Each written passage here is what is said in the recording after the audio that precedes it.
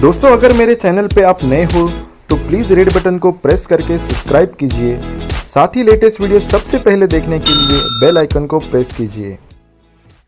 नमस्कार दोस्तों, मेरा नाम है सुप्रेम और आप देख रहे हैं टेक ताज़ा। दोस्तों, आज की इस वीडियो में बात करने वाला हूँ एडसेंस के रिजेक्शन के बारे में। जो रिजेक्शन बहुत जनों को आता है और एग्जैक्टली उसका रीज़न क्या होता है वो हमें नहीं पता चलता। वैल्यूएबल इन्वेंटरी नो कंटेंट करके एरर आता है बहुत जन को, और इसको कैसे सॉल्व करना है इसके बारे में ये वीडियो में मैं बात करने वाला हूँ। और ये एरर आपको क्यों आ सकता है उसके बारे में भी हम डिस्कस करेंगे, और जो भी पॉसिबिलिटीज़ है उसको वो रिजेक्शन को रिकवर करने की वो सारे के सारे मैं यहाँ पे डिस्कस करने वाला हूँ। तो वीडियो को पूरा एंड तक देखिए, और अगर आपने वीडियो को अभी तक लाइक नहीं किया तो भाई एक लाइक ज़रूर कर देना। साथ ही साथ वो बेल नोटिफिकेशन को भी दबाना और उससे पहले सब्सक्राइब ज़रूर कर लेना। तो आते हैं दोस्तों सीधा टॉपिक के ऊपर कि जब भी आप एडसेंस के लिए अप्लाई करते हो तो बहुत सारे आपको एरर आते हैं। कभी आपको स्क्रैप कंटेंट का एरर आता है, कभी नो कंटेंट का एरर आता है, कभी आपकी साइट डाउन नहीं करके एरर आता है, या पॉलिसी वायलेशन का सीधा सीधा आपको एरर आ जाता है। तो मुझे अभी यहाँ पे सिर्फ पॉलिसी वायलेशन का एरर नहीं आया है, आप देख सकते हो वैल्यूएबल इन्वेंटरी नो कंटेंट।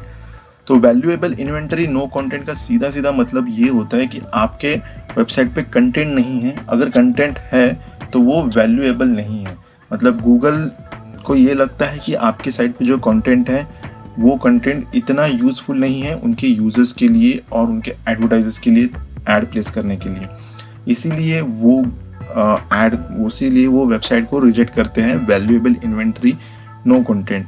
तो अभी ये एरर आपको 4 अलग अलग सिचुएशंस में आता है जब इन्होंने कुछ दिए हैं। यहाँ पे देखिए पार्ट 1 पार्ट 2 ये है policy tips for creating high quality sites. मतलब बेसिकली क्या बताते हैं कि वैल्यूएबल कंटेंट कैसे तैयार करना है, इसके लिए ये उनके 2 पॉलिसीज़ हैं।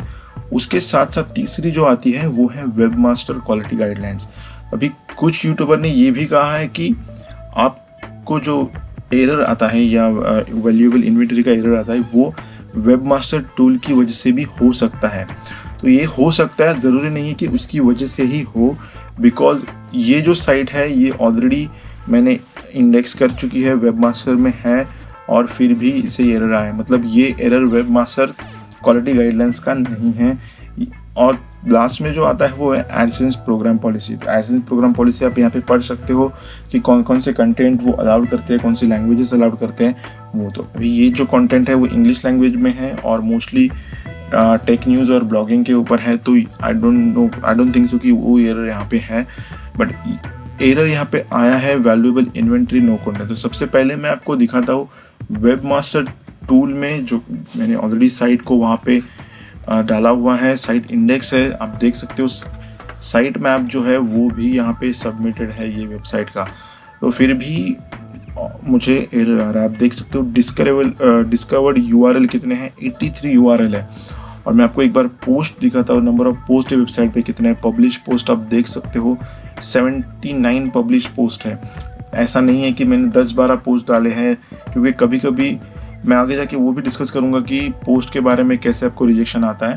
तो 79 पोस्ट मैंने यहाँ पे डाले हैं, फिर भी मुझे यहाँ पे रिजेक्शन आया है।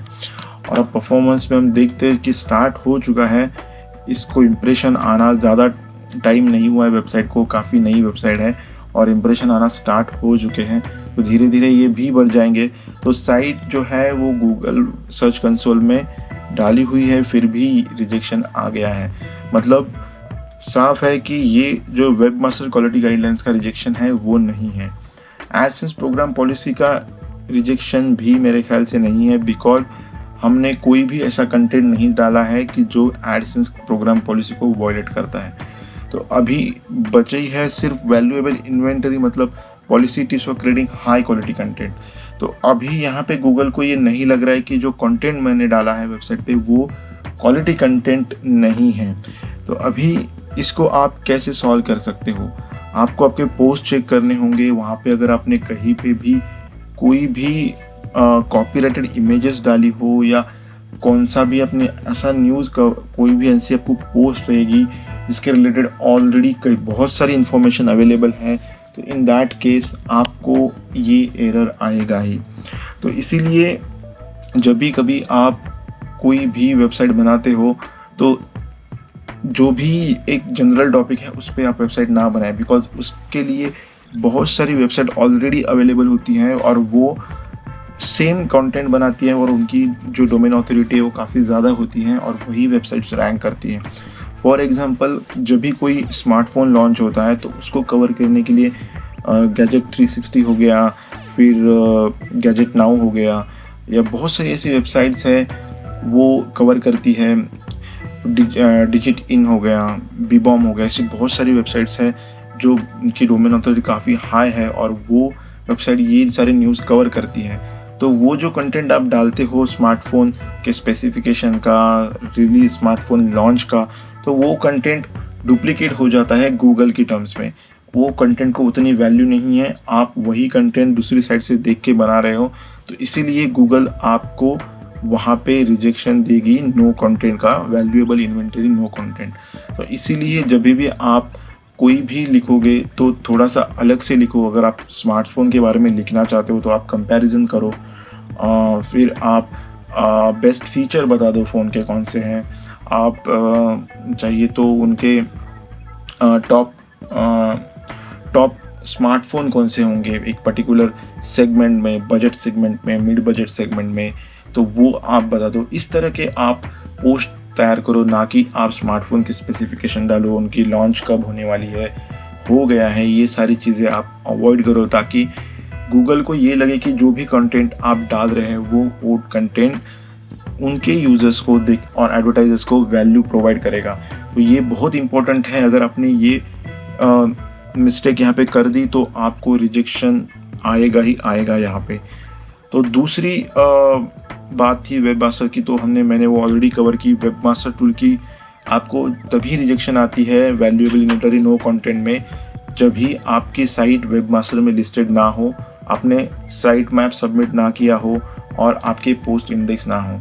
अगर आपके पोस्ट इंडेक्स नहीं होते हैं तो आपको मैन्युअली इंडेक्स करने हैं हर एक पोस्ट को, और वो काफ़ी सिंपल है। उसके लिए कुछ अलग से मुझे वीडियो बनाने की ज़रूरत नहीं है।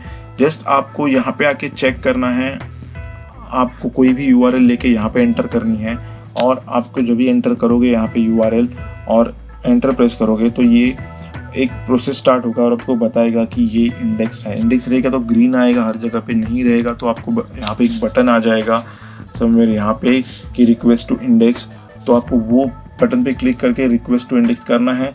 थोड़ी देर बाद जो आपकी पोस्ट है वो गूगल में इंडेक्स हो जाएगी। अगर इंडेक्स नहीं हो रही है तो उसका मतलब साफ साफ यही है कि जो कंटेंट आपने डाला है वो डुप्लीकेट कंटेंट है और उसकी वजह से वो इंडेक्स नहीं हो रही है।